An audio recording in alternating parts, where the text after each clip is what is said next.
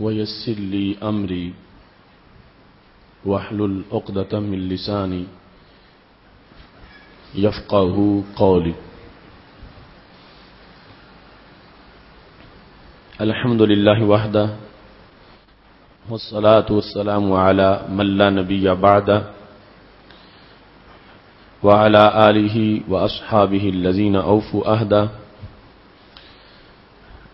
أما بعد فأعوذ بالله من الشيطان الرجيم.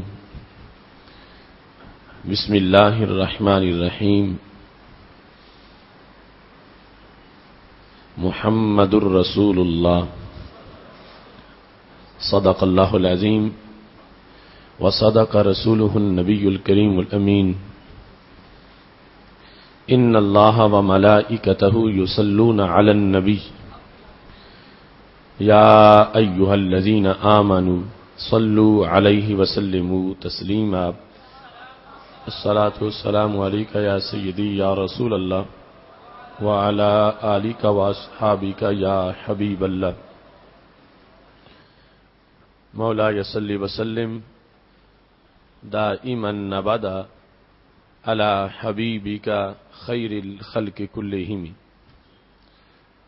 منزه عن شريك في محاسنه فجوهر الحسن فيه غير منقسم. يا أكرم الخلق مالي من ألوذ به سواك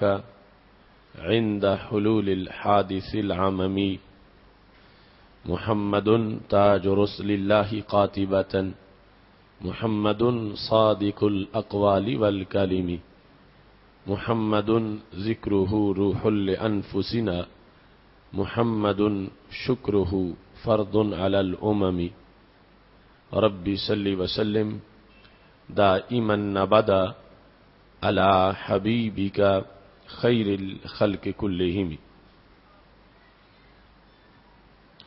اللہ تبارک و تعالی جل جلالہ وعم نوالہ واتم برہانہ وعظم شانہ وجل ذکرہ وعز اسمہ کی حمد و ثنا اور حضور سرور کائنات مفخر موجودات زینت بزم کائنات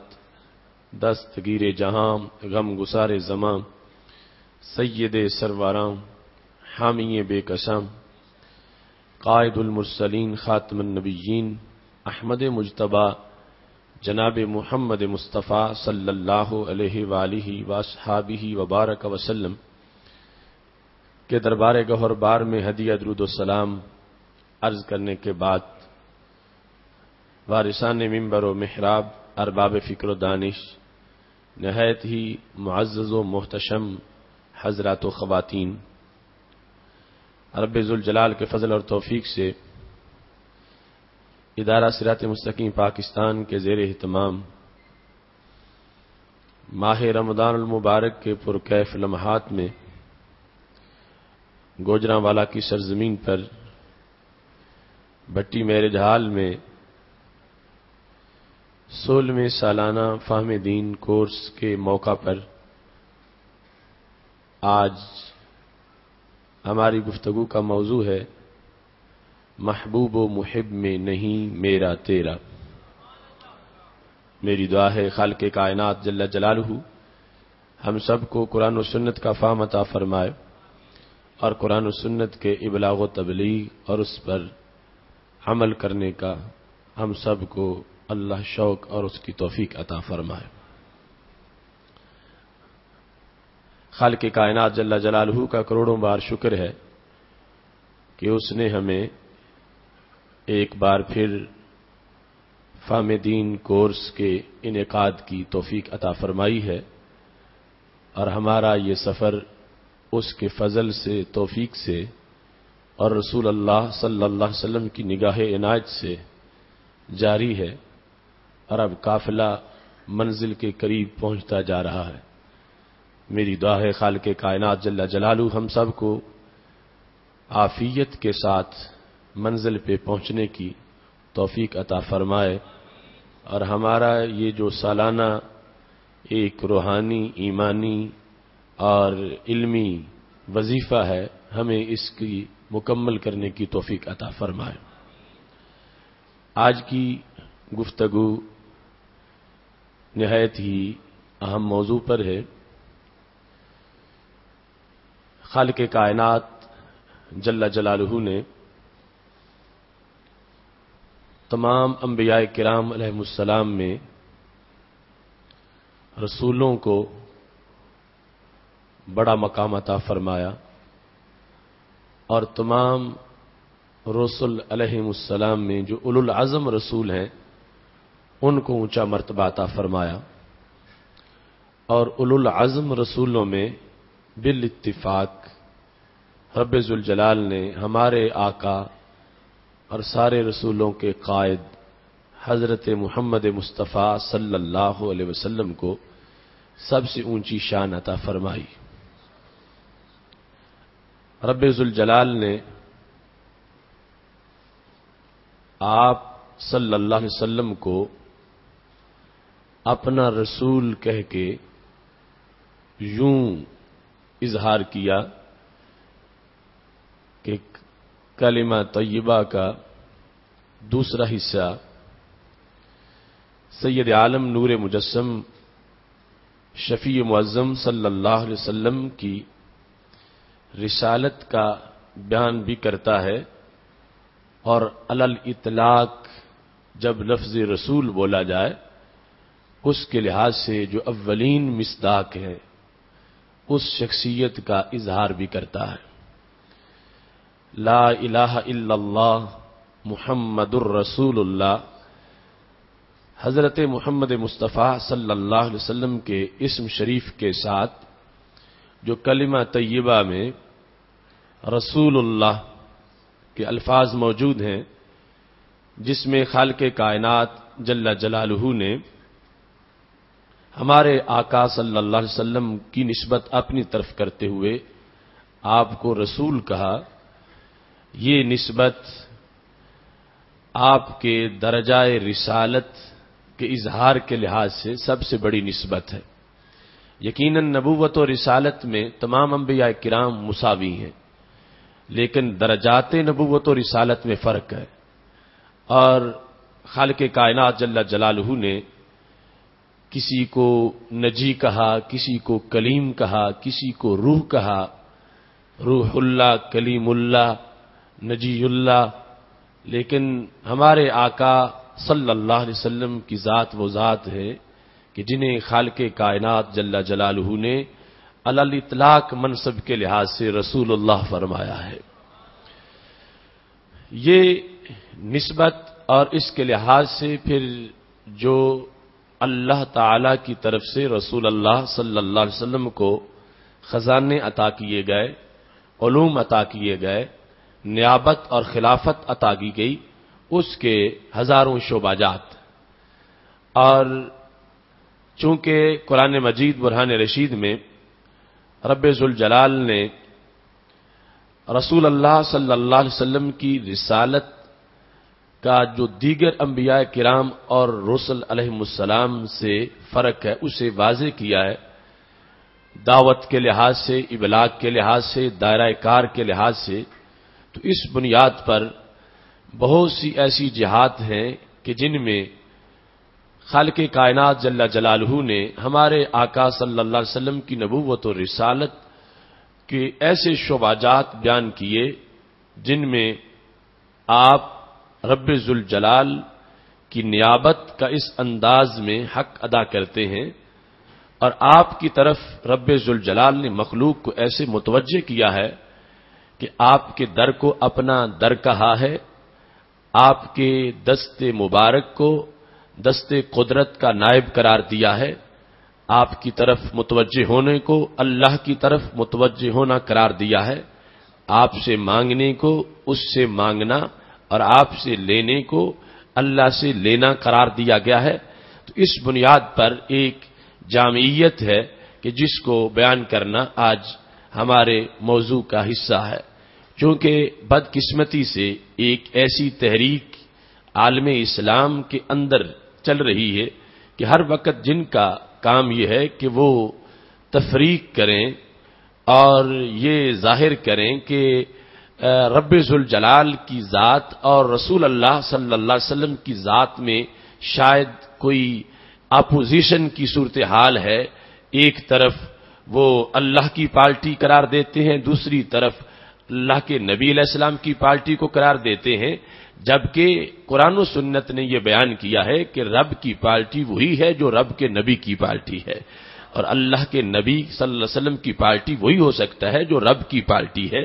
ان میں آپس میں اس طرح کی کوئی صورتحال نہیں ہے جس طرح کہ آج تفریق کر کے لوگ اس چیز کو بیان کرنا چاہتے ہیں، اور یہاں تک بغض و حسد پہنچا کہ رسول اللہ صلی اللہ علیہ وسلم کے اسم شریف کو اللہ تعالیٰ کے اسم شریف کے ساتھ ذکر کرنے پر بھی لوگ اعتراض کرنے لگے. یہ جس طرح مساجد کے محرابوں میں ایک طرف لفظ اللہ ہے یا اللہ ہے اور دوسری طرف رسول اللہ صلی اللہ علیہ وسلم یا رسول اللہ صلی اللہ علیہ وسلم ہے، اس پر لفظ یا کے علاوہ بھی مطلقاً کہ ایک طرف اللہ کا نام ہو دوسری طرف رسول اللہ صلی اللہ علیہ وسلم کا نام ہو، اس پر بھی کچھ مفتیوں نے نجدیوں نے یہ فتویٰ دے دیا کہ ایسا ناجائز ہے کہ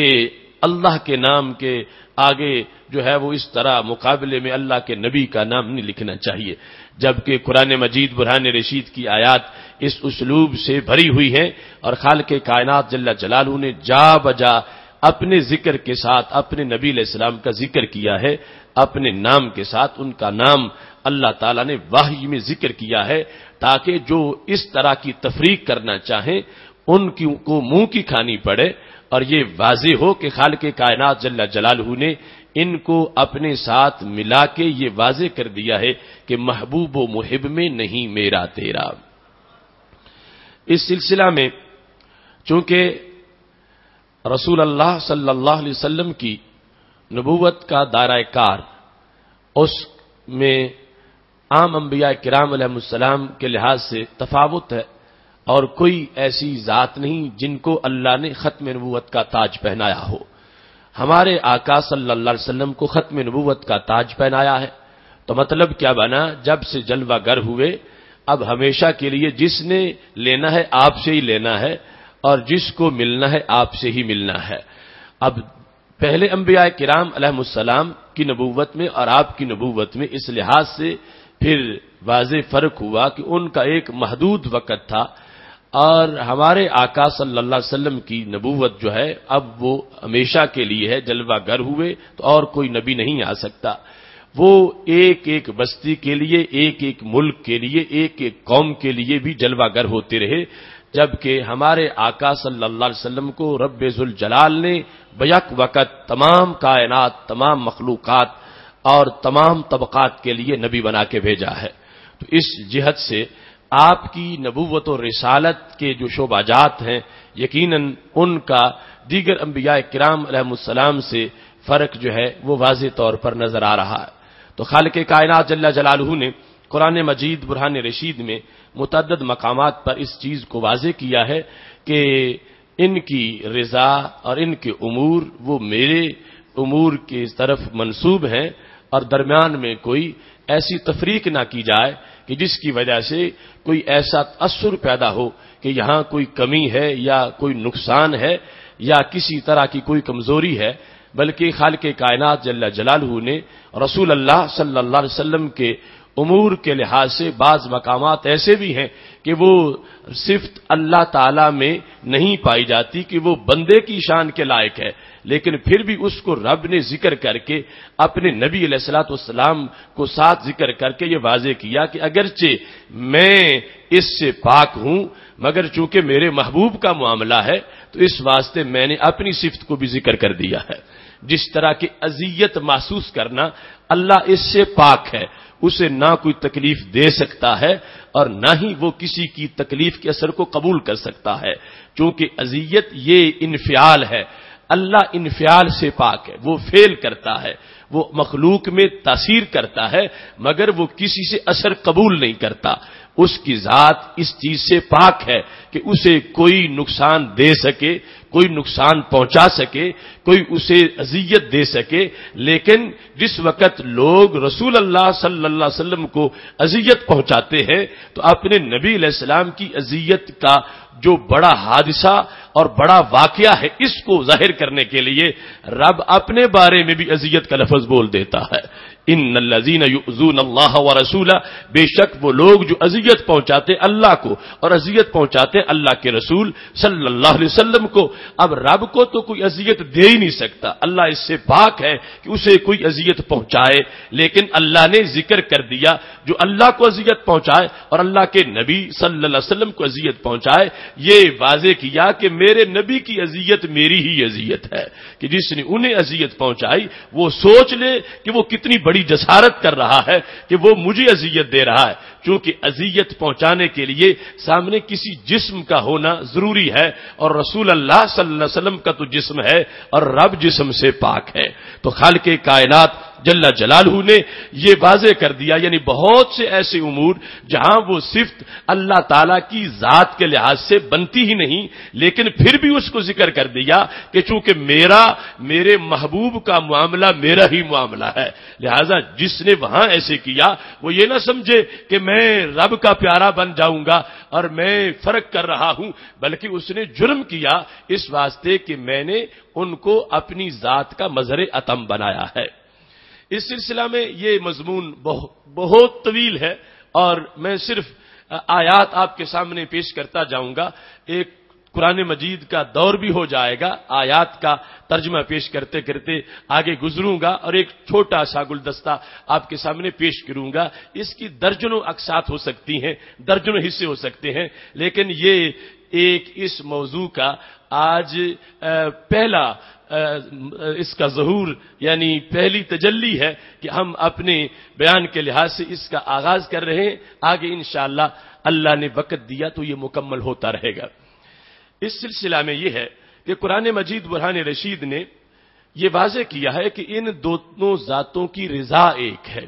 جو رضا اللہ کی ہے وہی رضا رسول اللہ صلی اللہ علیہ وسلم کی ہے، اور جو رضا رسول اللہ صلی اللہ علیہ وسلم کی ہے وہی رضا اللہ تعالی کی ہے۔ اس بنیاد پر سورہ توبہ میں خالق کائنات کا فرمان آیت نمبر 62 موجود ہے، یحلفون باللہ لکم لیرضوکم، اللہ فرماتا ہے وہ تمہارے سامنے اللہ کی قسمیں اٹھاتے ہیں تاکہ تمہیں راضی کریں، واللہ ورسولہ احق ان یرضوہ ان کانوا مؤمنین، اللہ اور اللہ کے رسول صلی اللہ علیہ وسلم زیادہ حقدار ہیں کہ لوگ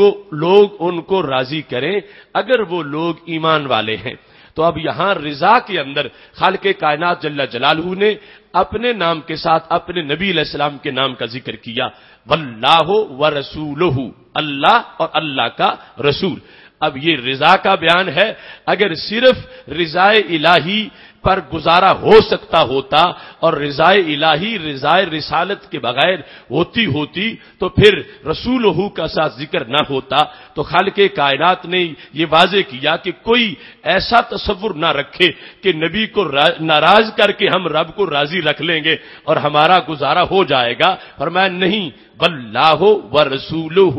اللہ اور اس کا رسول یہ دونوں حق رکھتے ہیں کہ ان کو لوگ راضی کریں، ان کو لوگ راضی کریں، یہ دونوں حق رکھتے ہیں، ان دونوں کی ذات جو ہے اس کے آداب میں سے ہے۔ تو خالق کائنات جل جلالہ نے لوگوں کو جہاں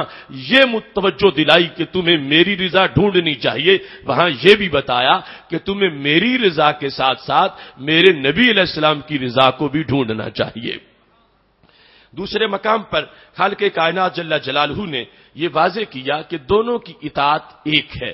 جو اللہ کی اطاعت ہے وہی نبی علیہ السلام کی اطاعت ہے، اور جو رسول اللہ صلی اللہ علیہ وسلم کی اطاعت ہے وہ اللہ کی اطاعت ہے۔ اس سلسلہ میں قرآن مجید کی بہت سی آیات موجود ہیں، مثال کے طور پر سورہ حجرات میں ہے، اللہ تبارک و تعالی ارشاد فرماتا، آیت نمبر 14 ہے، وَإِن تُطِيعُوا اللَّهَ وَرَسُولَهُ لَا يَلِتْكُم مِّنْ أَعْمَالِكُمْ شَيْئًا إِنَّ اللَّهَ غَفُورٌ رَحِيمٌ، اگر تم اطاعت کرو گے اللہ کی اور اللہ کے رسول صلی اللہ علیہ وسلم کی تو وہ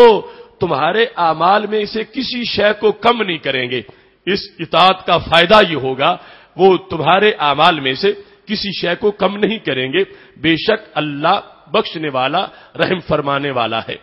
من یطع الرسول فقد اطاع اللہ، جس نے رسول اللہ صلی اللہ علیہ وسلم کی اطاعت کی اس نے اللہ کی اطاعت کی۔ یہ مضمون قرآن مجید کا تفصیلاً مضمون ہے، اور یہاں پر جو آیت کریمہ حجرات کی پڑھی ہے اس میں پہلے اعراب کا ذکر ہے۔ قالت الاعراب آمنا قل لم تؤمنوا ولكن قولوا اسلمنا۔ کچھ گنوار لوگ جو بدو تھے انہوں نے کہا ہم ایمان لے آئے، اللہ تعالیٰ نے فرمایا نہیں، تم ایمان نہیں لائے، ابھی تو تم صرف مطیع ہوئے ہو، تمہارا جسم ہمارے حکم کے سامنے جھکا ہے اور ابھی ایمان دل میں داخل نہیں ہوا۔ جب دل میں ایمان داخل ہوگا تو پھر تم جو ہے وہ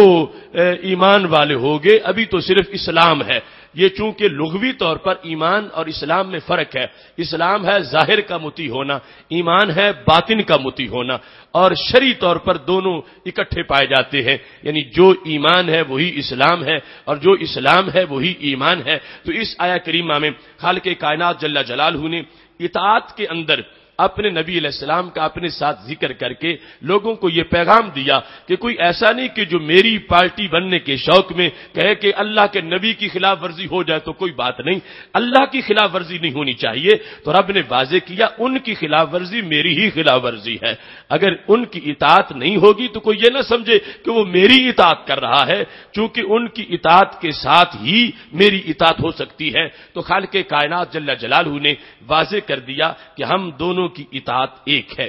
ایسے ہی اللہ تعالیٰ نے یہ واضح کیا کہ ہم دونوں کی نافرمانی بھی ایک ہے۔ یہ نہیں ہو سکتا کہ ایک کی فرما برداری ہو اور دوسرے کی نافرمانی ہو، اس انداز میں ایک معاملہ ہے۔ خالق کائنات فرماتا ہے، سورہ جن کی آیت نمبر 23 ہے، وَمَن يَعْصِ اللَّهَ وَرَسُولَهُ فَإِنَّ لَهُ نَارَ جَهَنَّمَ خَالِدِينَ فِيهَا أَبَدًا۔ جس نے نافرمانی کی اللہ کی اور نافرمانی کی اللہ کے رسول صلی اللہ علیہ وسلم کی، پس اس کے لیے جہنم کی آگ ہے، وہ لوگ اس میں ہمیشہ رہیں گے۔ اب نافرمانی کے لحاظ سے بھی اپنے ساتھ اللہ نے اپنے رسول صلی اللہ علیہ وسلم کا ذکر کیا، اور اس میں آپ توجہ سے دیکھیں گے تو تمام آیات میں لفظ نبی استعمال نہیں کیا گیا، لفظ رسول استعمال کیا گیا۔ اللہ اور اللہ کا رسول، یعنی وہ جو کلمہ اسلام میں لفظ رسول استعمال ہے، لا الہ الا اللہ محمد الرسول اللہ، محمد نبی اللہ نہیں کہا جاتا، حالانکہ نبی بھی ہیں،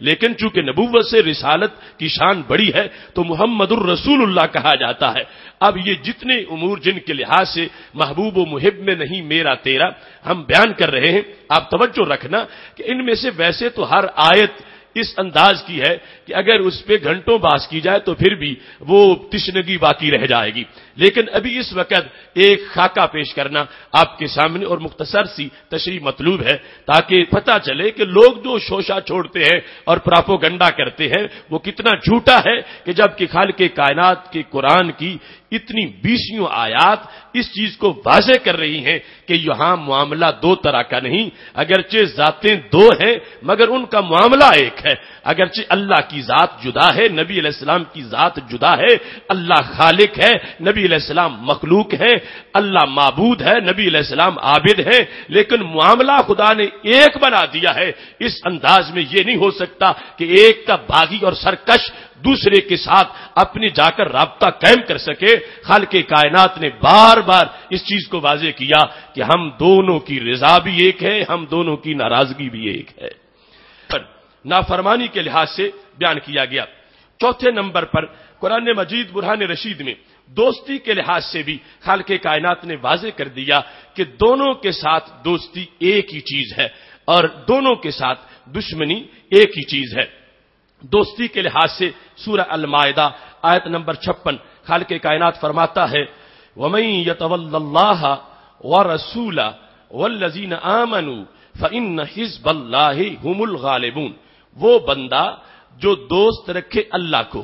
اور دوست رکھے اللہ کے رسول صلی اللہ علیہ وسلم کو اور پھر دوست رکھے ایمان والوں کو، پس فرمایا اللہ کی پارٹی ہی غالب آنے والی ہے۔ تو خالق کائنات جل جلالہ نے یہاں پر دوستی کے لحاظ سے اپنے ساتھ جو رسول اللہ صلی اللہ علیہ وسلم کا ذکر کیا، تو آگے جا کر کہا ان حزب اللہ، بے شک اللہ کی پارٹی. اب جس دوستی پر، جس محبت پر پارٹی بن رہی ہے، وہ محبت تین طرح کی بیان کر دی. ایک اللہ کی محبت، دوسری رسول اللہ صلی اللہ علیہ وسلم کی محبت، اور تیسری آپ کے غلاموں کی محبت. ان کو بیان کر کے فرمایا اس محبت سے پارٹیاں تین نہیں بنے گی، پارٹی ایک ہی بنے گی. فإن حزب اللہ هم الغالبون، بے شک اللہ کی پارٹی جو ہے وہ غالب آنے والی ہے. تو یہ نص قطعی نے بتا دیا کہ نبی علیہ الصلوۃ والسلام کا عشق اور سرکار کی محبت کا جو متوالا ہے اور سرکار سے پیار رکھنے والا جو ہے، اس کو اللہ سے جدا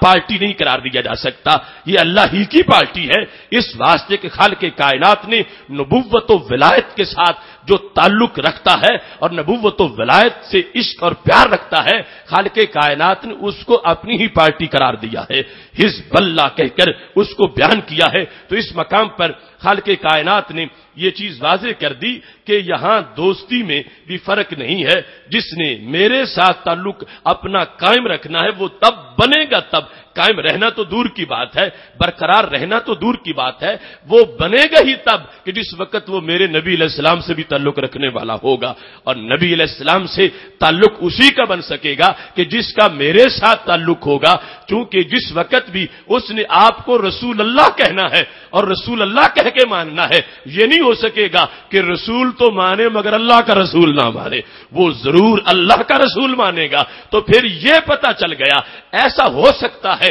کہ کوئی اللہ کو مان کے نبی علیہ السلام کو نہ مانے، مگر یہ نہیں ہو سکتا کہ کوئی نبی علیہ السلام کو مان کے رب کو نہ مانے. کیونکہ جب بھی اس نے رسول اللہ کو ماننا ہے تو کہنا ہے اللہ کے رسول، تو پھر اللہ کا ذکر پہلے آ رہا ہے ترجمہ کرتے ہوئے بھی، اور ویسے بھی وہ توحید مقدم ہے. ہاں یہ ہو سکتا ہے کہ کوئی جھوٹے وہم میں، جس طرح کہ یہود و نصارہ نے کہا تھا قالت الیہود والنصارى نحن ابناء اللہ واحباؤہ، یہود و نصارہ نے کہا ہم نبی کا، اس نبی کا کلمہ نہیں پڑھیں گے مگر رب سے رابطے اپنے قائم رکھیں گے، کیونکہ ہمارا پرانا اس سے تعلق ہے، ہم اس کے معاذ اللہ بیٹے ہیں، ابناء اللہ، اور ہم اس کے برگزیدہ بندے ہیں. جب ان لوگوں نے نبی علیہ الصلوۃ والسلام سے دوستی توڑ کے سرکار کو چھوڑ کے رب کو پانا چاہا تو خالق کائنات نے آیت نازل فرما دی قل ان کنتم تحبون اللہ فاتبعونی یحببکم اللہ. محبوب یہ تیرا بنے بغیر، تمہارا بنے بغیر جو میرا بننا چاہتے ہیں انہیں بتا دو کبھی کامیابی نہیں ہوگی. جو تمہارا بنے گا وہی ہمارا بنے گا، ایسا نہیں ہو سکتا. تو اس بنیاد پر یعنی ان دو باتوں میں یہ فرق واضح ہے کہ ایسا ہو سکتا ہے کہ اگرچہ وہ نفس الامر میں جھوٹ ہوگا مگر اس کی امکانی صورتحال ہے کہ اللہ والا بن جائے اور سرکار سے دور رہے اور پھر اللہ والا بھی نہ بن سکے. یعنی بن جانے کا مطلب ہے کہ دعویٰ کر سکے کہ میں رب والا ہوں، اور واضح ہو کہ تم رب والے نہیں ہو کیونکہ تم رسول والے نہیں ہو. ہاں جو رسول والا بنے گا وہ دعوی تب کر سکے گا جب اللہ والا ہوگا، کیونکہ رسول کو رسول اس نے کس کا ماننا ہے؟ رب کا رسول ماننا ہے. تو اس واسطے رسول اللہ صلی اللہ علیہ وسلم کو جب بھی کوئی مانے گا، ہو ہی نہیں سکتا کہ رب کو مانے بغیر مان جائے، وہ رب کو ضرور مانے گا. تو خالق کائنات نے اس بنیاد پر دوستی میں بھی اس وحدت کو بیان کر دیا کہ ہم دونوں کی دوستی کا معاملہ ایک ہے. جو ان سے پیار رکھتا ہے وہ مجھ سے پیار رکھتا ہے، اور جو مجھ سے سچا پیار رکھتا ہے وہ ان سے بھی پیار ضرور رکھنے والا ہے. ایسے ہی دشمنی کے لحاظ سے خالق کائنات جل جلالہ نے قرآن مجید میں ارشاد فرما دیا، سورہ حشر آیت نمبر 4 ہے ذالک بانہم شاقوا اللہ ورسولہ ومن یشاق اللہ فان اللہ شدید العقاب. یہ جو معاملہ ہے یعنی پیچھے جو ذکر آ رہا ہے منافقین کا اور یہود کا اور ان کے ساتھ جنگوں کا، تو خالق کائنات جل جلالہ یہ ارشاد فرماتا ہے یہ اس لیے ہے کہ ان لوگوں نے مخالفت کی، دشمنی کی اللہ سے اور دشمنی کی اللہ کے رسول صلی اللہ علیہ وسلم سے. شاق اللہ ورسولہ، اگر نبی علیہ السلام کے ذکر کے بغیر مضمون پورا ہو سکتا ہوتا تو خالق کائنات فرما دیتا کہ جنہوں نے دشمنی کی اللہ سے، تو اللہ سے دشمنی کے ساتھ فرمایا دشمنی کی اللہ کے رسول صلی اللہ علیہ وسلم سے، کہ کوئی یہ نہ یہاں سے گنجائش نکال جائے کہ شاید نبی سے دشمنی کر لے تو ہوتا کچھ نہیں. خالق کائنات نے واضح کیا نہیں، دشمنی ہماری مشترکہ ہے، ہمارا دشمن مشترکہ ہے. جو میرا دشمن ہے وہ ان کا دشمن ہے، جو ان کا دشمن ہے وہ میرا دشمن ہے. اب دو ذاتوں کا ذکر کیا، شاق اللہ و رسولہ، جس نے دشمنی کی اللہ سے اور اللہ کے رسول صلی اللہ علیہ وسلم سے۔ آگے نتیجہ بیان کرتے ہوئے ایک ذات کا ذکر کر دیا، وَمَن يُشَاقِ اللَّهَ فَإِنَّ اللَّهَ شَدِيدُ الْعِقَابِ، جس نے اللہ سے دشمنی کی اس کے لیے شدید عذاب ہے۔ اب ایک نام بول کر خالق کائنات نے واضح کر دیا کہ جب ایک کا ذکر ہوگا تو مراد دوسری ذات بھی ضرور ہوگی، اور ایک کا ذکر کر کے واضح کیا جا رہا ہے کہ معاملہ ایک ہے، اس دشمنی میں حیثیت ایک ہے۔ جو دونوں ذاتوں کی دشمنی کے لحاظ سے کسی ایک کی دشمنی دوسرے کی دشمنی قرار پائے گی، تو خالق کائنات نے یہ بھی قرآن مجید میں من یشاقق اللہ ورسولہ دوسرے مقام پر دونوں ذاتوں کا ذکر کیا، لیکن اس آیت میں پہلے دو کا ذکر کر کے پھر ایک کا ذکر کر کے یہ بات سمجھا دی کہ دونوں لکھے ہوئے ہوں پھر بھی دونوں مراد ہیں، اور لکھا ہوا ایک ہو پھر بھی دونوں مراد ہیں۔ ایک ذات کی دشمنی دوسری ذات کی دشمنی ضرور کرا پائے گی، تو یہاں بھی واضح کر دیا محبوب و محب میں نہیں میرا تیرا، ان کا معاملہ ایک ہے، ان سے محبت بھی ایک ہے، ان سے عداوت بھی ایک ہے۔ اس معاملے کو اللہ تبارک و تعالی نے ملا کر قرآن مجید میں بیان کیا ہے۔ سورہ مجادلہ آیت نمبر 20 میں خالق کائنات فرماتا ہے ان الذین یحادون اللہ ورسولہ اولئک فی الاذلین، بے شک وہ لوگ جو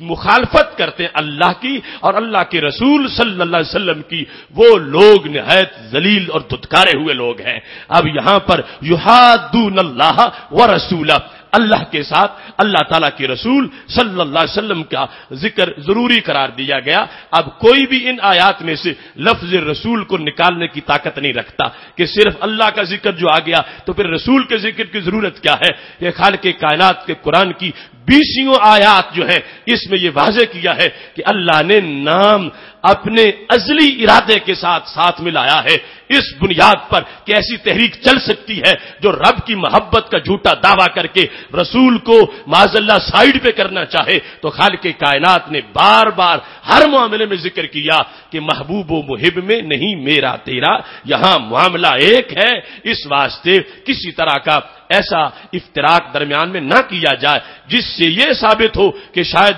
رسول کا معاملہ ہلکا ہے، اور نہ بھی ہو سکے تو بات چل جائے گی۔ خالق کائنات نے ان کا ادب، ان کا احترام، ان کی عزت، ان کی توقیر، ان کے کمالات کو ماننا، اس کو لازم قرار دیا کہ وہی مجھے مانتا ہے جو میرے محبوب کا ادب و احترام کرنے والا ہے۔ ایسے ہی دشمنی ایک ہے دونوں کی، اس میں المائدہ کی آیت نمبر 33 ہے، خالق کائنات فرماتا ہے انما جزاء الذین یحاربون اللہ ورسولہ، بے شک جزا ان لوگوں کی جو جنگ کرتے ہیں اللہ اور اس کے رسول کے ساتھ۔ اب پہلی آیت میں یہ تھا کہ وہ شاق اللہ ورسولہ مخالفت کرتے ہیں، دوسری آیت میں یحادون اللہ ورسولہ اللہ اور اس کے رسول کے ساتھ جھگڑا کرتے ہیں، خلاف ورزی کرتے ہیں، پھر یحاربون اللہ ورسولہ جنگ کرتے اللہ کے ساتھ اور جنگ کرتے اللہ کے رسول صلی اللہ علیہ وسلم کے ساتھ۔ تو ان تینوں آیات کے اندر خالق کائنات نے اس یکسانیت کو بیان کر دیا ہے، اور ساتھ فرمایا اس آیت میں وَيَسْعَوْنَ فِي الْأَرْضِ فَسَادًا، وہ جو اللہ اور رسول کے ساتھ لڑائی کرتے ہیں اور زمین میں فساد کرتے ہیں ان کی جزا کیا ان یقتلوا، ان کو قتل کر دیا جائے۔ تو اب یہاں دشمنی کے لحاظ سے ایک امر کو واضح کیا جس کے سلسلہ میں یہ 3 آیات میں نے پیش کی۔ چوتھی آیت رب ذوالجلال نے جہاں سورہ بقرہ آیت نمبر 279 کے اندر سود کی حرمت کا ذکر کیا، تو اس کے بعد رب ذوالجلال نے سود خاروں کو ایک جھنجھوڑنے کے لیے پیغام دیا، فرمایا اِلَّمْ تَفْعَلُوا، اگر تم سود نہیں چھوڑو گے، چونکہ پہلی آیت میں ذکر ہے یا ایھا الذین آمنوا اتقوا اللہ وذروا ما بقی من الربا ان کنتم مؤمنین، اے ایمان والو اللہ سے ڈرو اور جو سود رہ گیا اسے چھوڑ دو۔ یعنی پہلے معاملہ جو تھا آیت کے نزول سے پہلے تو جو کچھ کرتے رہے وہ گزر گیا، اب جس کسی سے لینا ہے وہ معاملے بند کر دو، ان کنتم مومنین، اگر تمہارا ایمان ہے تمہارا تو پھر وہ سارے معاملات سود کے اب ختم کر دو، وذروا ما بقی من الربا۔ اب فرمایا جو پھر بھی کلمہ پڑھ کے سود کا کاروبار کرے گا تو فرمایا فَإِن لَّمْ تَفْعَلُوا، اگر تم یہ نہیں چھوڑتے اس کاروبار کو تو پھر فَأْذَنُوا بِحَرْبٍ مِّنَ اللَّهِ وَرَسُولِهِ، پھر اللہ اور رسول کے ساتھ جنگ کے لیے تیار ہو جاؤ۔ فَأْذَنُوا بِحَرْبٍ مِّنَ اللَّهِ وَرَسُولِهِ، پھر یقین کر لو اللہ اور رسول کے ساتھ جنگ کا۔ تو اب یہاں پر بھی جو حرب کا ذکر آیا سود خاروں کو متوجہ کرتے ہوئے کہ تم سودی کاروبار کرو گے تو یہ سمجھو کہ تم اللہ کے ساتھ لڑائی کرتے ہو، اللہ کے ساتھ جنگ کرنے کو تیار ہو رہے ہو، اور صرف اللہ ہی نہیں اللہ کے رسول صلی اللہ علیہ وسلم کے ساتھ بھی تم جنگ کرنے کے لیے تیار ہو گئے ہو۔ تو کون ہے مومن بھی ہو اور رب سے جنگیں بھی کرے؟ تھوڑا یہ حساس معاملہ ہے، تمہیں پتہ نہیں چلتا کہ اس کے اندر سختی کتنی ہے۔ تو نتیجہ یہ ہوگا کہ گویا کہ تم رب اور رب کے نبی کو جنگ کا چیلنج کر رہے ہو۔ تو یہاں پر بھی خالق کائنات نے جنگ، دشمنی، مخالفت کے لحاظ سے یہ واضح کر دیا کہ یہ معاملہ دونوں ذاتوں کا ایک جیسا ہے۔ شریعت کی خلاف ورزی کر کے جیسے کوئی اللہ کو ناراض کر رہا ہے، ایسے نبی علیہ السلام کو بھی ناراض کر رہا ہے، جیسے وہ نبی علیہ السلام کو ناراض کر رہا ہے ایسے ہی وہ اللہ کو بھی ناراض کر رہا ہے۔ اب یہ لفظ رسول معاذ اللہ قرآن مجید میں زائد نہیں ہے، فالتو نہیں ہے، اس کا باقاعدہ اس کا مقصد ہے، اس کا پیچھے پس منظر ہے، یہ رب نے خود ذکر کیا ہے۔ اب آج ایسی تبلیغ اور ایسا انداز کہ جس میں شان رسالت کو بالکل اگنور کر دیا جائے اور یہ معاملات جو ہیں ان کے لحاظ سے کہہ دیا جائے بس صرف اللہ کا معاملہ ہے، بس نبی تو ستی سے انسان تھے، وہ چٹھی دینے آئے تھے، پیغام دے کے چلے گئے ہیں، ان کا معاملہ کیا ہے؟ تو قرآن بتا رہا ہے کہ یہ چٹھی دینے کا معاملہ نہیں، یہ رب کی نیابت کا معاملہ ہے، رب کی خلافت کا معاملہ ہے، رب ذوالجلال کے ساتھ نسبت کا معاملہ ہے کہ رب ذوالجلال نے ان تمام امور میں یہ واضح کیا ہے کہ میرے نبی علیہ الصلوۃ والسلام کو معاذ اللہ ان کے معاملے کو ہلکا نہ جاننا، ہر چیز میں میں نے ساتھ اٹیچ کیا ہوا ہے۔ ہاں میں اللہ ہوں، وہ میرے خاص بندے ہیں، باقی رضا ہماری ایک، پسند ہماری ایک، دوستی ایک، دشمنی ایک، ہماری فرما برداری کوئی کرتا ہے تو وہ ایک، اگر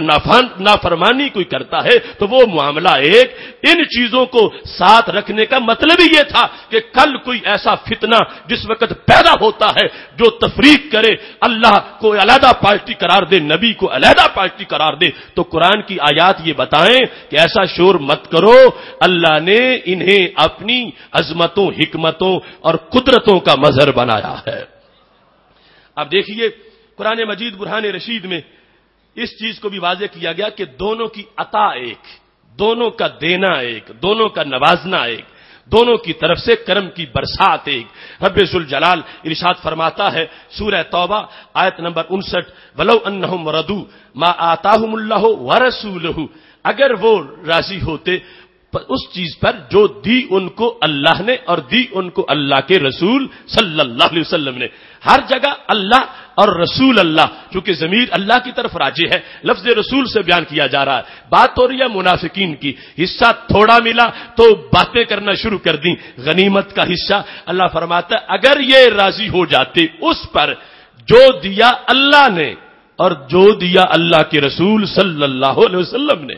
اب دینے میں بھی اللہ نے نسبت اپنی طرف بھی کی اور اپنے نبی علیہ السلام کی طرف بھی کی، اس لیے کہ کہیں لینے والے پیغمبر کو چھوڑ کے میرا نہ بننا چاہیں، کہیں کہ چونکہ رب بھی دیتا ہے تو ہمیں نبی کی ضرورت کیا ہے؟ فرمایا رب بھی دیتا ہے، رب کے نبی بھی دیتے ہیں، ہے رب کئی جو دیتے نبی علیہ السلام ہے، دیتا رب ہی ہے، دلواتا ان کے ہاتھوں سے ہے۔ اب خالق کائنات جل جلالہ نے دینے کی نسبت میں فرمایا ما آتاہم اللہ ورسولہ، فرمایا لے کے مجھ سے اور لے کے میرے نبی سے کہیں کیا؟ قالوا حسبنا اللہ، کافی ہے ہمارے لیے اللہ۔ فرمایا یہ میرے نبی سے لینے والے بھی مجھے کافی قرار پائیں گے، کافی مجھے سمجھیں گے، مجھے کافی کہیں گے، اس واسطے کہ بات ہماری ایک ہے، جو انہوں نے دیا وہ میرا ہی دیا، اب ان کا دینا یہ میرا ہی کافی ہونا ہے۔ اور پھر خالق کائنات نے فرمایا وہ یہ کہیں وقالو، کہیں کہ کافی ہے اللہ، اور پھر سیؤتین اللہ من فضلہ ورسولہ، دے گا اپنے فضل سے اللہ اور دیں گے اللہ کے رسول صلی اللہ علیہ وسلم۔ لے کے ماضی میں پھر بھی دو ذاتوں کا اور پھر مستقبل کے لحاظ سے بھی عقیدہ دو ذاتوں کا کہ دے گا اللہ اور دیں گے اللہ کے رسول صلی اللہ علیہ وسلم۔ دو ذاتوں سے لینے والے کہیں گے کیا؟ انا الی اللہ راغبون، لوگوں ہم نے بت سے نہیں لیا، ہم نے اپنے اللہ سے لیا ہے۔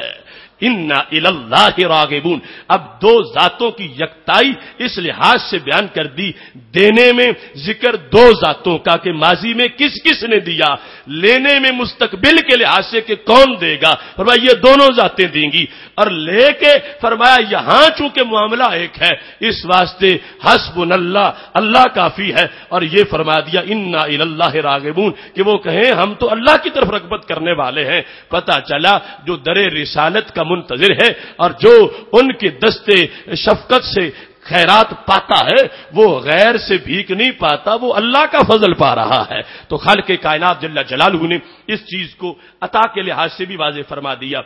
ایسے ہی 7ویں نمبر پر دونوں کی عزت کا معاملہ ایک ہے۔ رب ذوالجلال نے قرآن مجید برہان رشید میں جب سورہ منافقین کے اندر یہ ذکر کیا منافقوں کا، آیت نمبر 8 ہے، وہ غزوہ بنی مصطلق پہ جب تھے، یقولون کہتے ہیں لئن رجعنا الى المدینہ، اگر ہم لوٹے مدینہ کی طرف، لَيُخْرِجَنَّ الْأَعَزُّ مِنْهَا الْأَذَلُّ، تو معاذ اللہ عزت والے مدینہ شریف سے ذلت والوں کو نکال دیں گے۔ توجہ کرنا، منافق اپنے آپ کو عزت والے کہہ رہے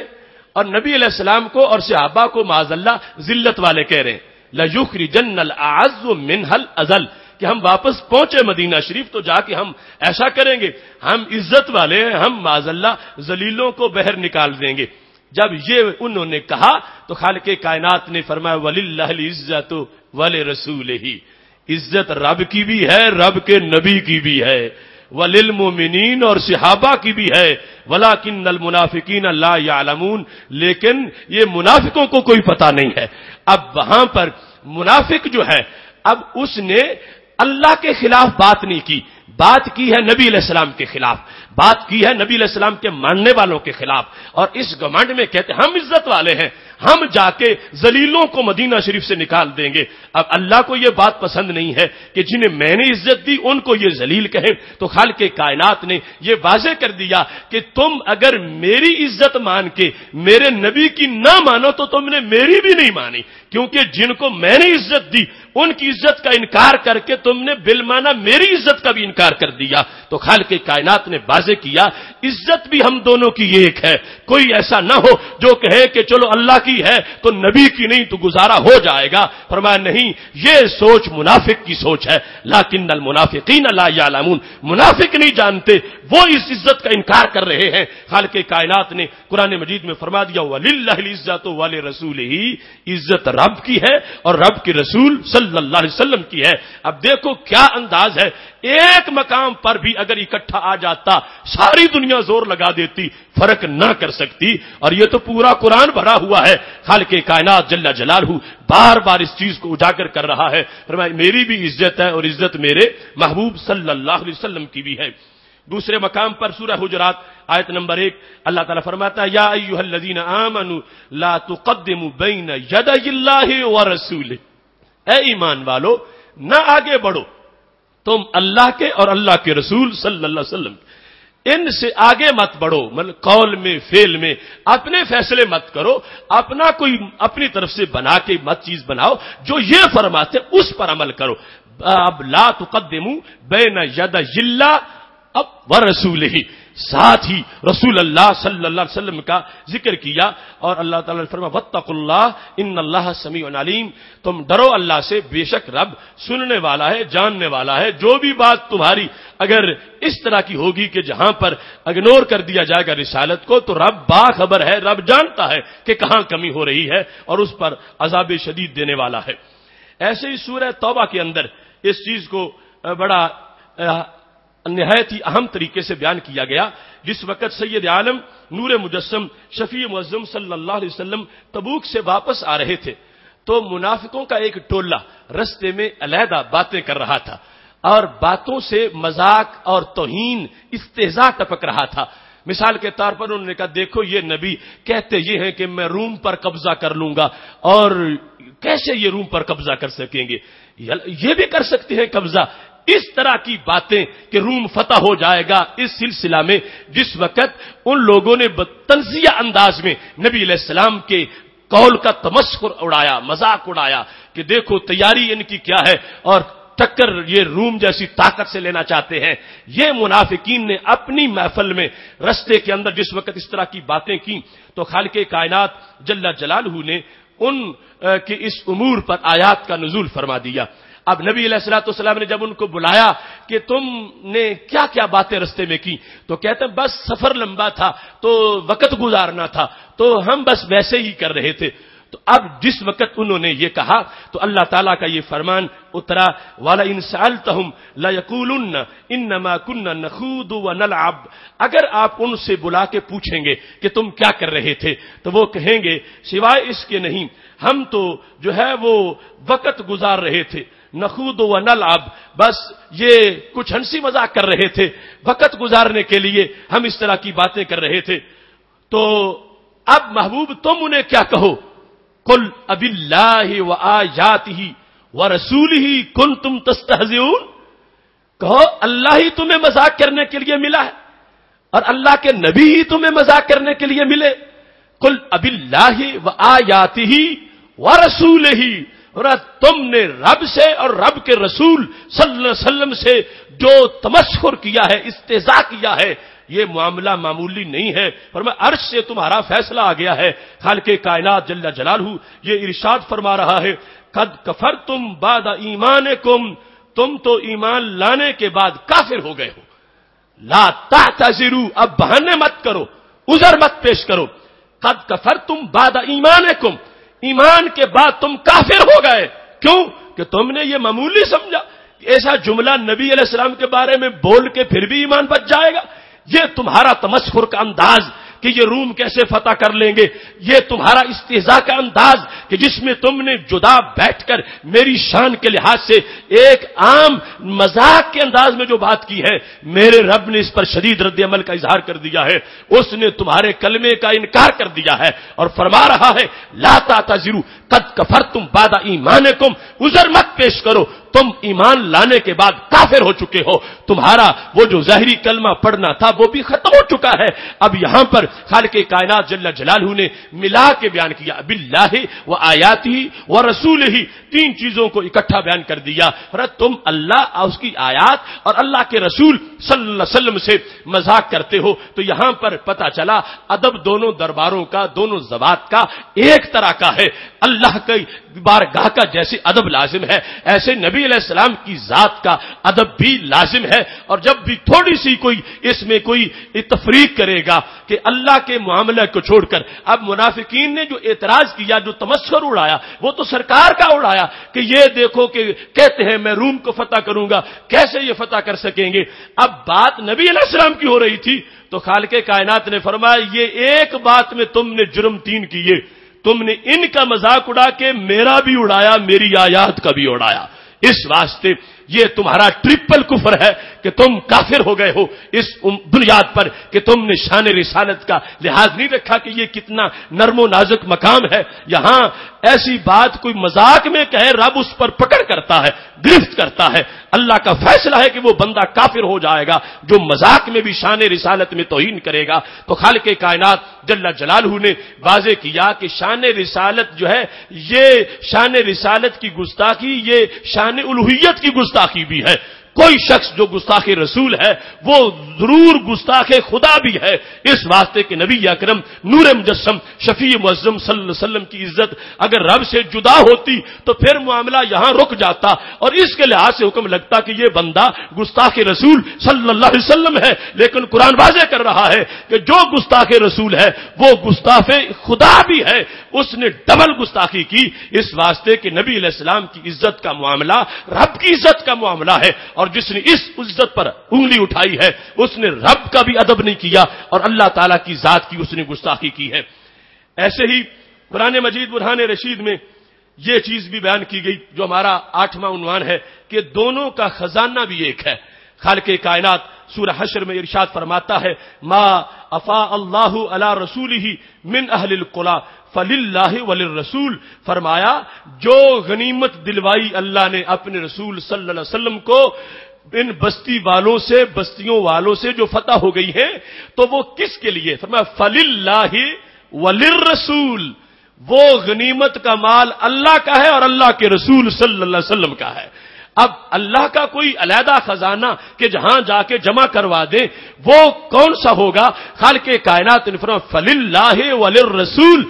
جو نبی کا خزانہ ہے وہی رب کا خزانہ ہے، ان کے پاس جو غنیمت میں نے ان کو دلوائی یہ پہنچی ان کے پاس ہے اور ان کے پاس پہنچتی میرے پاس پہنچی ہے، یہ اللہ اور اس کے رسول صلی اللہ علیہ وسلم کے لیے ہے۔ ایسے ہی خالق کائنات نے فرمایا یہ دونوں ذاتیں ظلم میں پاک ہونے کے لحاظ سے بھی ایک ہیں، جیسے رب ظلم سے پاک ہے کہ وہ کسی پر ظلم کرے، ایسے رب کے نبی علیہ السلام بھی ظلم سے پاک ہے کہ وہ کسی پر ظلم کرے۔ اللہ نے دونوں امروں کو ایک انداز میں بیان کر دیا۔ سورہ نور کے اندر ہے، خالق کائنات جل جلالہ ارشاد فرماتا ہے منافقین کا تذکرہ کرتے ہوئے کہ وَإِذَا دُعُوا إِلَى اللَّهِ وَرَسُولِهِ لِيَحْكُمَ بَيْنَهُمْ إِذَا فَرِيقٌ مِّنْهُمْ مُعْرِضُونَ، جب انہیں کہا جائے کہ آؤ تم اللہ اور اس کے رسول صلی اللہ علیہ وسلم کی طرف تاکہ وہ رسول تمہارا فیصلہ کر دے، وہ کہتے ہیں نہیں ہم رسول کے پاس نہیں جائیں گے۔ اب اس معاملے پر خالق کائنات فرماتا ہے افی قلوبہم مرض،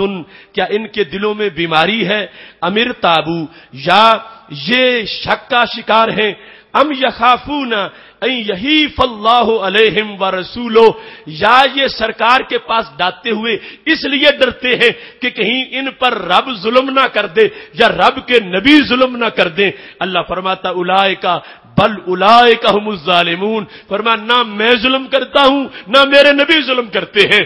مجھے یا میرے نبی کو ظلم کا تصور جو کرے وہ خود بہت بڑا ظالم ہے۔ اب یہاں پر منافقین کی مذمت میں کہ جس وقت ان کے اندر یہ صورتیں ہیں، بیماری ہے، شک ہے، یا اس واسطے نہیں آتے کہ یہ رب کے نبی ہمارے خلاف کوئی فیصلہ کر دیں گے اور وہ فیصلہ ظالمانہ فیصلہ ہوگا، تو خالق کائنات جل جلالہ نے ان کی اس سوچ پر کہ فرمایا جو اگر نبی علیہ السلام کا فیصلہ ظالمانہ ہے تو یہ پھر میری طرف منسوب ہوگا کہ رب نے فیصلہ ظالمانہ کروایا ہے، فرمایا نہ میں ظلم کرتا ہوں نہ میرے نبی ظلم کرتے ہیں۔ اب کتنی گارنٹی دی ہے اللہ نے ہمارے نبی علیہ السلام کے مزاج کی، طبیعت کی، حالانکہ جو بشری صورتحال ہے اس کے عوامر جدا ہے، لیکن اس قدر سید عالم نور مجسم صلی اللہ علیہ وسلم کی بشریت جو ہے وہ نور کے زیر سایہ ہے کہ اللہ گارنٹی دے رہا ہے، فرمایا نہ ظلم رب کرتا ہے نہ ظلم رب کا نبی کرتا ہے، اور جو ان کے بارے میں سمجھے کہ ان میں سے کوئی کرتا ہے اللہ فرماتا وہ بندے خود ظالم ہیں، وہ ظلم کرنے والے ہیں۔ اب یہاں پر یہ چیز جو ہے وہ بالکل واضح کر دی گئی اور اس چیز کو ثابت کر دیا گیا کہ کچھ صفات ہیں ثبوتیہ، کچھ ہیں سلبیہ۔ ثبوتیہ یہ ہوتی ہیں کہ فلاں وصف فلاں میں موجود ہے، سلبیہ یہ ہے کہ موجود نہیں ہے۔ تو سلبیہ کے لحاظ سے بھی رب ذوالجلال نے واضح کر دیا جیسے تم پر یہ لازم ہے کہ مجھے مانو کہ میں ظلم نہیں کرتا، ایسے یہ بھی لازم ہے کہ مانو کہ اللہ کے رسول صلی اللہ علیہ وسلم بھی ظلم نہیں کرتے۔ خالق کائنات نے صفات سلبیہ میں بھی یہ واضح کر دیا ہے محبوب و محب میں نہیں میرا تیرا، فرمایا جیسے میں نے اپنی ذات کو ظلم سے پاک رکھا ہے ایسے میں نے اپنے نبی کی ذات کو بھی ظلم سے پاک پیدا فرمایا ہے۔ اور یہاں ضمناً یہ بات آ گئی، فرمایا جو یہ سمجھے کہ اللہ ظلم کر سکے گا وہ ظالم ہے، وہ خود ظالم ہے۔ اب یہاں وہ طبقہ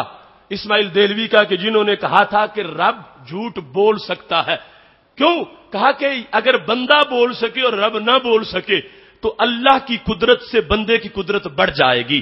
تو اس بنیاد پر اللہ کے جھوٹ بول سکنے کا قول کیا اور پھر آگے بولنا بھی لکھ دیا۔ اب یہاں سے پتا چلا اگر یہ دلیل لی جائے کہ اگر بندہ بول سکے رب نہ بول سکے تو اللہ کی قدرت میں فرق آتا ہے، تو پھر تو اب بندہ ظلم کر سکے اور رب نہ کر سکے اس دلیل کے مطابق تو پھر لازم آیا کہ رب کی قدرت پھر تھوڑی ہے، بندہ کر سکتا ہے رب نہیں کر سکتا، تو پھر صرف جھوٹ بولنے کا ہی قول نہیں کرنا چاہیے، پھر یہ بھی معاذ اللہ کہنا چاہیے کہ وہ ظلم بھی کر سکتا ہے۔ حالانکہ وہ فرما رہا ہے جو مجھے یہ کہے کہ وہ ظلم کر سکتا ہوں وہ خود بہت بڑا ظالم ہے۔ تو یہ قدرت ہے کہ دیکھو کہ وہ وصف رب کی ذات کے شایان شان بھی ہے یا نہیں، اس کے بعد ہوگا کہ کمال بنتا ہے یا نہیں بنتا۔ اب جھوٹ بولنا رب کی شان کے لائق نہیں، اگر جھوٹ رب نہیں بول سکتا تو یہ کوئی کمزوری نہیں، اس کا کمال ہے، اس کی عظمت ہے۔ ایسے ہی وہ ظلم نہیں کرتا نہیں کر سکتا تو یہ اس کا کمال ہے،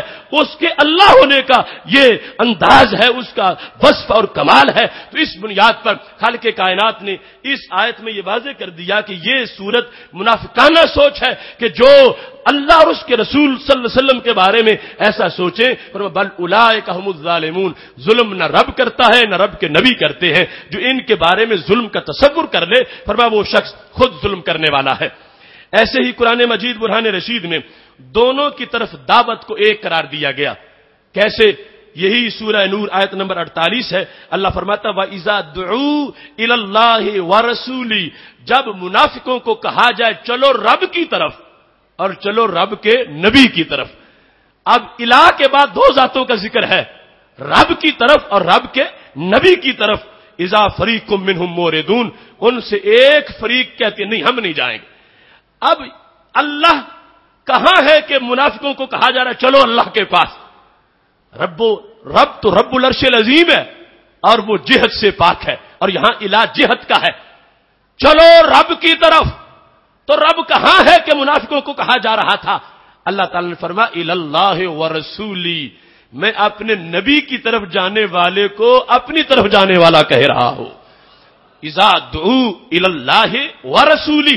جب انہیں دعوت دی جائے اللہ کی طرف چلو اور اللہ کے رسول صلی اللہ علیہ وسلم کی طرف چلو تو وہ کہتے ہم نہیں جاتے۔ تو اب خالق کائنات جل جلالہ نے یہاں اپنا ذکر اور اپنے رسول صلی اللہ علیہ وسلم کا ذکر اس بنیاد پر اکٹھا کیا، فرمایا ان کی طرف جانا میری طرف جانا ہے۔ وہ رب تو جسم سے پاک ہے، جہت سے پاک ہے، مکان سے پاک ہے۔ کون سا مکان ہے کہ جس کی طرف کا ایک اشارہ کر کے کہے میں اس رب کی طرف جا رہا ہوں؟ وہ ہر مکان سے پاک ہے۔ تو نبی علیہ السلام ہے کہ جو مکین بھی ہیں، جو مکان میں ہو سکتے ہیں، مکان میں ہوتے ہیں، تو خالق کائنات جل جلالہ نے عظمت واضح کر دی، فرمایا ان کی طرف جانا میری طرف ہی جانا ہے، اور جو ان کی طرف جانے پر غصہ کرتا ہے نہیں جاتا۔ رب نے اس کی منافقت کو بیان کر دیا اور پھر فرمایا آگے لیحکم بینہم، دعوتیں دو ذکر کی کہ جب ان کو دعوت دی جائے چلو اللہ کی طرف اور چلو اللہ کے رسول صلی اللہ علیہ وسلم کی طرف، کیوں چلو؟ لیحکم بینہم، تاکہ رسول تمہارا فیصلہ کر دے۔ اب دو ذاتوں کا ذکر کر کے لیحکمانی کا تثنیہ کا صیغہ دو کا ایک کا بولا، فرمایا ذاتیں دو ہیں مگر فیصلہ ایک ہے، فیصلہ دونوں کا ایک ہے، لیحکما، تاکہ وہ رسول فیصلہ کر دیں۔ اب دیکھو قرآن نے کتنی گتھیاں سلجھا دی ہیں کہ ان کی طرف دعوت مشترکہ ہے۔ ایسا نہیں ہو سکتا کہ جو رسول کی دعوت ہو، رسول اکرم صلی اللہ علیہ وسلم کی طرف بلایا جا رہا ہو اور یہ رب سے جدائی کا راستہ ہو۔ فرمایا نہیں، جو ان کی طرف جاتا ہے وہی تو میرے دربار کا مسافر ہے۔ بخدا خدا کا یہی ہے در، نہیں اور کوئی مفر مکر۔ یہ ہے بریلی شریف کی سوچ جو قرآن کے ان مضمون اور آیات سے اٹھی ہے۔ فرمایا بلایا اللہ کی طرف سے دعوت دی جاتی ہے، اور چلو اللہ کی طرف اور اللہ کے رسول صلی اللہ علیہ وسلم کی طرف۔ جس وقت یہ دعوت پہنچتی ہے منافقین کو، وہ کہتے ہیں ہم نہیں جاتے۔ اللہ فرماتا ہے یہ معاملہ چونکہ میں تو جسم سے پاک، میں جہت سے پاک، میں مکان سے پاک، میں نے اپنے محبوب کے مقام کو یہ قرار دیا ہے کہ جو ان کی طرف جا رہا ہے گویا کہ وہ میری طرف ہی جا رہا ہے۔ ایسے ہی قرآن مجید برہان رشید میں خالق کائنات جل جلالہ نے اس مضمون کو سورہ نساء کے اندر آیت نمبر 100 میں بیان کیا۔ جب لوگ ہجرت کر رہے تھے، بڑی لذیذ بات ہے، ہر بات ہی بڑی لذیذ ہے۔ ہجرت کر کے نکلے کہاں سے؟ مکہ شریف سے، جانا کہاں تھا؟ مدینہ شریف۔ تو خالق کائنات فرماتا ہے وَمَن يَخْرُجْ مِن بَيْتِهِ، جو نکلا اپنے گھر سے، جو نکلا اپنے گھر سے کہاں کیسے؟ مہاجرن الی اللہ ورسولی، ہجرت کرتا ہوا کس کی طرف؟ اللہ کی طرف، اور ہجرت کرتا ہوا اللہ کے رسول صلی اللہ علیہ وسلم کی طرف۔ تو کیا مکہ شریف میں اللہ نہیں تھا کہ ہجرت کرنے والا مکہ چھوڑ کے اللہ کی طرف جا رہا ہے؟ ہجرت کرنے والا مکہ شریف سے نکل کے تو کہاں جا رہا ہے؟ اللہ کی طرف۔ یہ آیت ہے قرآن مجید کی، قرآن مجید کی سورہ نساء آیت نمبر 100 وَمَن يَخْرُجْ مِن بَيْتِهِ مُهَاجِرًا إِلَى اللَّهِ وَرَسُولِهِ، جو نکلے اپنے گھر سے ہجرت کرتا ہوا کدھر؟ اللہ کی طرف اور اللہ کے رسول صلی اللہ علیہ وسلم کی طرف۔ تو اللہ تو ہر جگہ موجود ہے، تو پھر مکہ شریف میں بھی ہے، تو گھر تو بیت اللہ تو ہے ہی مکہ شریف میں، لیکن کہا جا رہا ہے مکہ شریف سے نکل کر جانے والا اللہ کی طرف جا رہا ہے۔ تو کہا گیا کعبے کا کعبہ تو مدینہ شریف میں ہے۔ من یخرج من بیتہ مہاجرا الی اللہ ورسولہ، فرمایا جو نکلا مکہ شریف سے ہجرت کر رہا ہے اللہ کی طرف. جب بیت اللہ مکہ شریف میں ہے تو ہجرت تو ہونی چاہیے دنیا کے دوسرے حصوں سے مکہ شریف کی طرف، اور اللہ کہتا ہے مکہ سے نکل کے جو جا رہا ہے مدینہ شریف کی طرف، یہ ہجرت کر رہا ہے اللہ کی طرف. تو کیا واضح کیا؟ فرمایا بیت اللہ مکہ شریف میں ہے مگر رسول اللہ مدینہ شریف میں بیٹھے ہیں. اب جو شخص گھر چھوڑ کے نکلا ہے وہ مدینہ شریف کی طرف، اللہ فرماتا میرا بیت مکہ شریف میں ہے مگر میرا رسول مدینہ شریف میں ہے. تو پھر میں یہ کہتا ہوں کہ یہ میری طرف ہی نکلا ہے کیونکہ بیت سے بڑا مقام میرے محبوب کا ہے. تو یہ رسول کی طرف جو جا رہا ہے گھر چھوڑ کے، اب کہتا ہے مکہ شریف میں دل نہیں لگتا چونکہ محبوب چلے گئے مدینہ شریف میں، گھر چھوڑ کے نکلا ہے مدینہ شریف کی طرف جا رہا ہے. حالانکہ رب ہر جگہ موجود ہے اور مکہ تو بطور خاص حرم کعبہ ہے، اس میں بیت اللہ ہے، لیکن پھر بھی پتا چلا کہ اصل مراد حاضری اس پاک در کی ہے کہ مکہ شریف سے نکل کر ایک توحید پرست مدینہ شریف کی طرف بڑھ رہا ہے. اللہ فرماتا ہے یہ نہ سمجھنا نبی کی طرف جا رہا ہے، اللہ کی طرف بھی جا رہا ہے. یہ خالق کائنات جل جلالہ کا انداز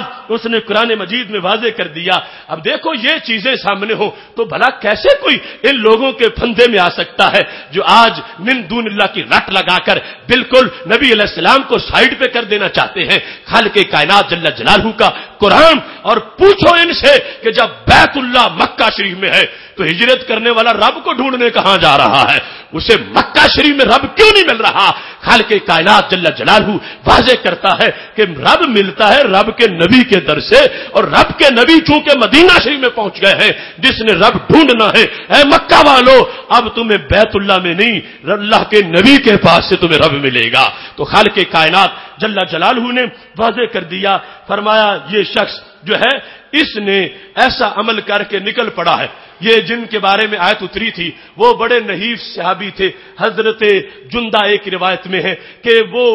بوڑھے تھے اور حکم آ گیا نبی علیہ السلام کا کہ جو اب بھی مکہ چھوڑ کے مدینہ شریف نہیں آئے گا میں اس سے ناراض ہوں. انہوں نے اپنے بیٹوں سے کہا میں اب ایک رات بھی مکہ شریف میں نہیں گزاروں گا، میرے ساتھ کوئی نہیں جاتا نہ جائے، تم مجھے اونٹنی پہ باندھ دو اوپر بٹھا کے، تو اونٹنی مجھے لے کے چلی جائے گی. ابھی مکہ شریف سے نکلے ہی تھے کہ موت کا وقت آ گیا. بڑا افسوس ہوا کہ ہجرت نہیں کر سکا اور اپنا ہاتھ ہی اپنے ہاتھ پہ رکھا اور کہا اے اللہ میں تو تیرے نبی علیہ السلام کے حکم پر جا رہا تھا مدینہ شریف میں مگر تو نے مہلت نہیں دی، میری یہ بیعت قبول کر لے، میں تیرے نبی کے ہاتھ میں ہاتھ دے رہا ہوں. ادھر مدینہ شریف میں پتہ چل گیا کہ وہ آ رہے تھے، رستے میں فوت ہو گئے. صحابہ نے افسوس کیا کاش کہ وہ پہنچ جاتے تو ہجرت کا ثواب مل جاتا. اس افسوس کی گھڑی میں اللہ نے یہ آیت نازل کر دی، فرمایا افسوس مت کرو جو ہجرت سے نیت ہجرت سے مکہ شریف سے نکلا ہے، اگرچہ مدینہ شریف نہیں پہنچا ہم نے ہجرت کا ثواب عطا فرما دیا ہے.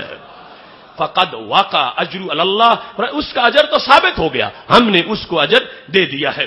ایسے ہی قرآن مجید برہان رشید میں یہ واضح کر دیا گیا کہ دونوں کی برات ایک ہے. براعت جس کا معنی ہوتا ہے بیزاری، جس کا معنی ہوتا ہے اظہار برات یعنی چھٹکارا، کہ کہنا میرا تیرے ساتھ کوئی تعلق نہیں، میں تجھ سے بیزار ہوں، تو میرا نہیں ہے. تو فرمایا یہ بات بھی دونوں کی ایک ہے، جس سے رب بیزار ہے اس سے رب کا نبی بیزار ہے، جس کے رسول صلی اللہ علیہ وسلم جس سے بیزار ہے اس سے رب بھی بیزار ہے. یہ نہیں ہو سکتا کہ کوئی کہے میں اپنی ایک سائڈ جو ہے وہ سیف کر لوں گا دوسرے کو ناراض کر کے. فرمایا نہیں، خالق کائنات جل جلالہ نے جس وقت سورہ توبہ کے آغاز میں فرما دیا براءۃ من اللہ ورسولہ،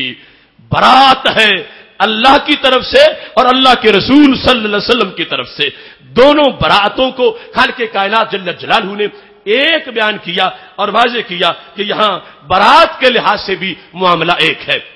ایسے ہی دونوں کی محبت بھی ایک ہے. اللہ تعالیٰ نے سورہ توبہ کے اندر جو آیت نمبر 24 ہے فرمایا ہے، اور یہ بہت بڑا امتحان ہے، اس میں ہمارے معاشی، فکری اور اعتقادی سارے معاملات کا جامع خلاصہ موجود ہے. آج کی بد عقیدگی کا علاج بھی ہے اور نام نہاد روشن خیالی کا علاج بھی ہے. اللہ تعالیٰ ارشاد فرماتا ہے قل، میرے نبی ان کو کہہ دو، ان کان آباؤکم، اگر تمہارے والدین، تمہارے آبا وَأَبْنَاؤُكُمْ تمہارے بیٹے، وَإِخْوَانُكُمْ تمہارے بھائی، وَأَزْوَاجُكُمْ تمہاری بیویاں، وَعَشِيرَتُكُمْ تمہارے خاندان، وَأَمْوَالٌ اقْتَرَفْتُمُوهَا اور وہ دولتیں مال جو تم نے کمائے ہیں، وَتِجَارَةٌ تَخْشَوْنَ كَسَادَهَا اور وہ تجارت جس کے مندے کا تمہیں خدشہ رہتا ہے، وَمَسَاكِنُ تَرْضَوْنَهَا اور وہ کوٹھیاں جن سے تم پیار کرتے ہو، أَحَبَّ إِلَيْكُمْ مِنَ اللَّهِ وَرَسُولِهِ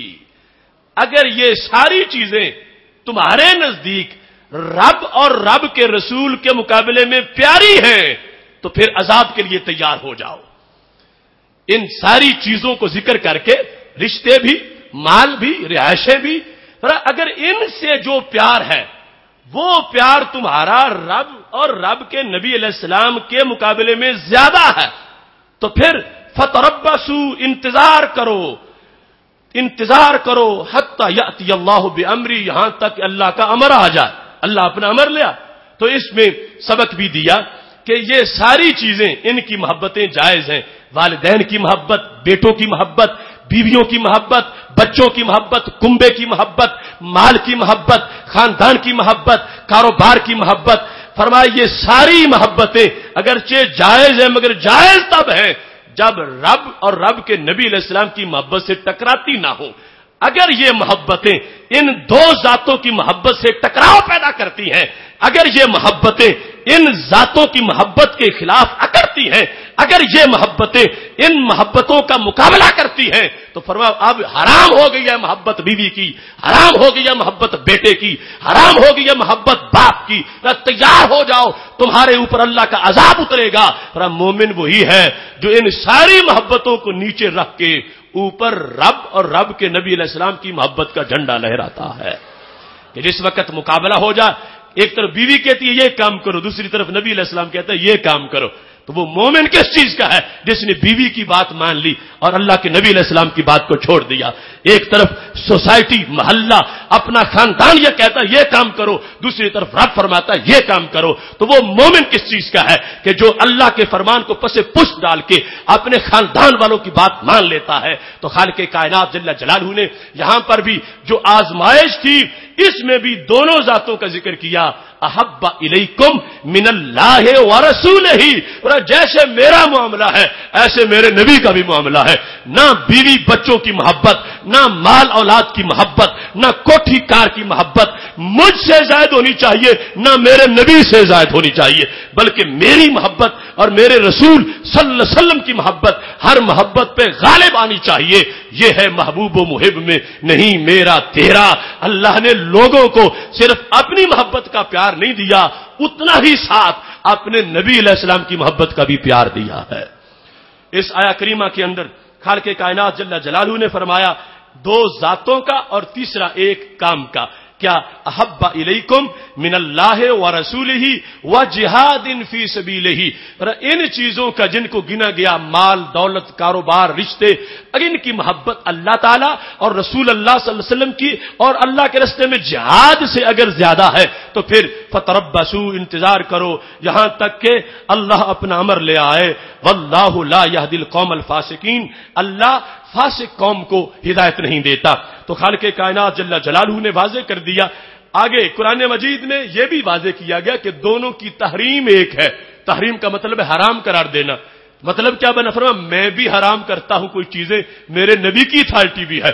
اور نبی علیہ السلام کا حرام کردہ معمولی نہ جانو کہ یہ تو نبی نے حرام کیا، اللہ حرام کرے گا تو پھر ناجائز سمجھیں گے، پر میں نہیں، اختیار میرا ہے، حرام وہ کر دیتے ہیں۔ اب خالق کائنات جل جلالہ سورہ توبہ آیت نمبر 29 میں فرماتا ہے قاتل الذین لا یؤمنون باللہ ولا بالیوم الآخر، جہاد کرو ان لوگوں سے جو اللہ پر ایمان نہیں رکھتے اور آخرت پر ایمان نہیں رکھتے، ولا یحرمون ما حرم اللہ ورسولہ، فرمایا جہاد کرو ان لوگوں سے جو رب کے حرام کردہ کو حرام نہیں جانتے اور رب کے نبی کے حرام کردہ کو حرام نہیں جانتے۔ اب اللہ تعالیٰ نے یہاں تحریم میں ما حرم اللہ ورسولہ، جو حرام کیا رب نے اور حرام کیا رب کے رسول صلی اللہ علیہ وسلم نے۔ اب بتاؤ ڈاکیے کا کام ہے کہ وہ چیزیں حرام کرے حلال کرے؟ یہ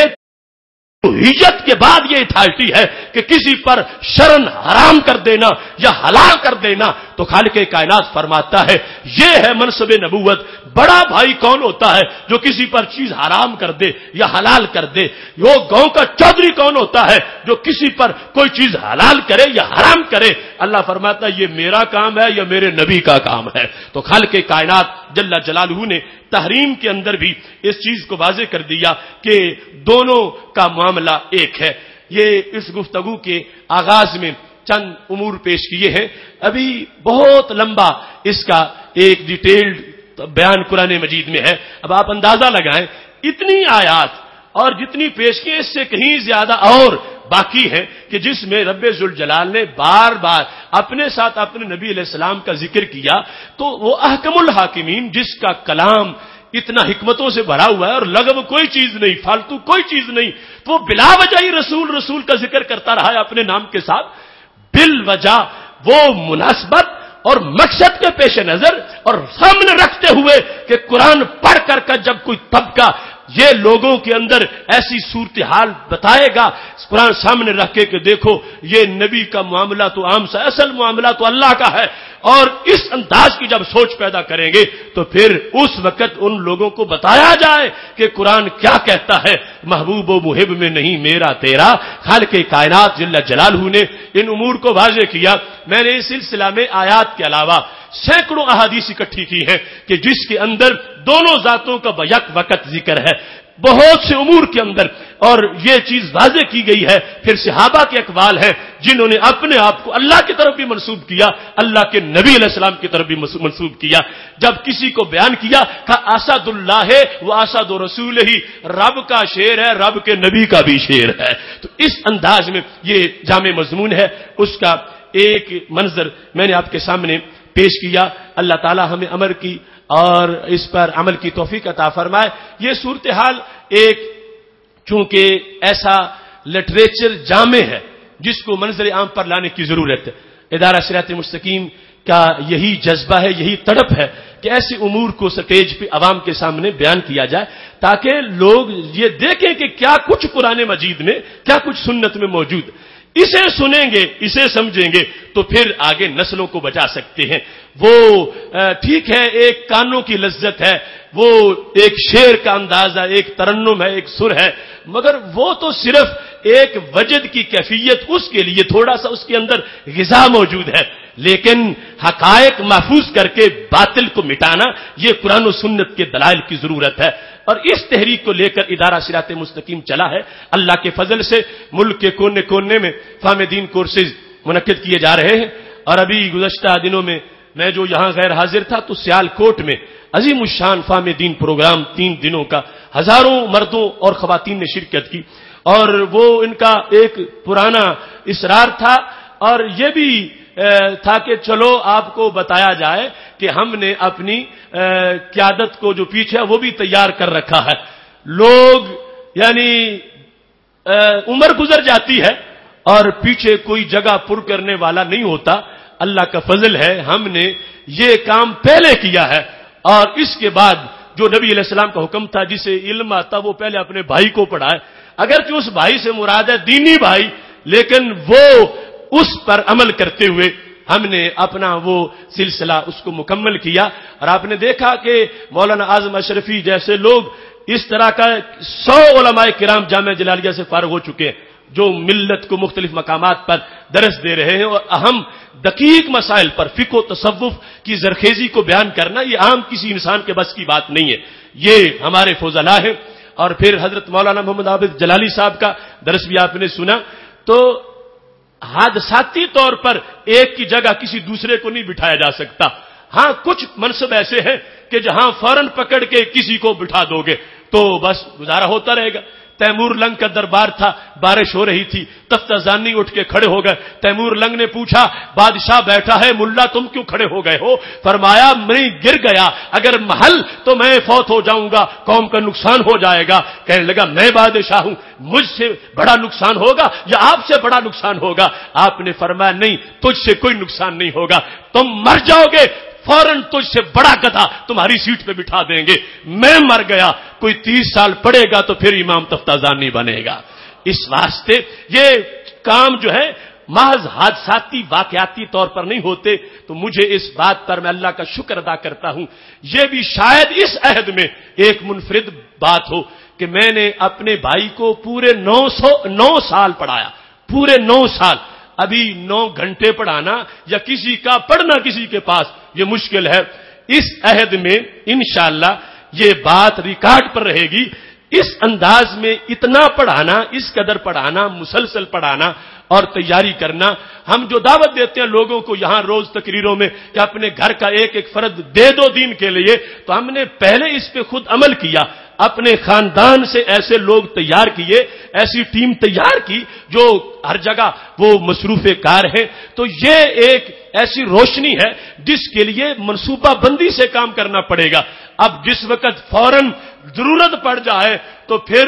اینٹ اٹھاؤ تو نیچے سے کوئی مفتی نکل آئے، کوئی عالم نکل آئے، کوئی اس وقت خلا پورا کرنا والا نکل آئے، وہ مشکل ہوگا. اس کے لیے سال ہا سال تیاری کرنی پڑتی ہے اور پھر جا کے کام بنتا ہے. اس واسطے موجودہ اہل سنت کا کلچر جو غفلت کا کلچر ہے اور جو کوتاہی کا کلچر ہے، اور موجودہ وہ کلچر جس میں علم و حکمت سے بچوں کو روک کے محض جو غیر ضروری کام ہے ان میں لگا دیا گیا ہے. اس وقت ہمیں سوچ کر اپنی اولادوں کو متبہر طور پر عالم دین بنانے کے لیے کام کرنا چاہیے، تاکہ جب بھی ضرورت پڑے، حالات جیسے بھی ہوں، تو یہ کیمپ خالی نہ ہو. اس میں شیر موجود ہوں، اس میں مفتی موجود ہوں، اس میں ایسی شخصیات موجود ہوں کہ جو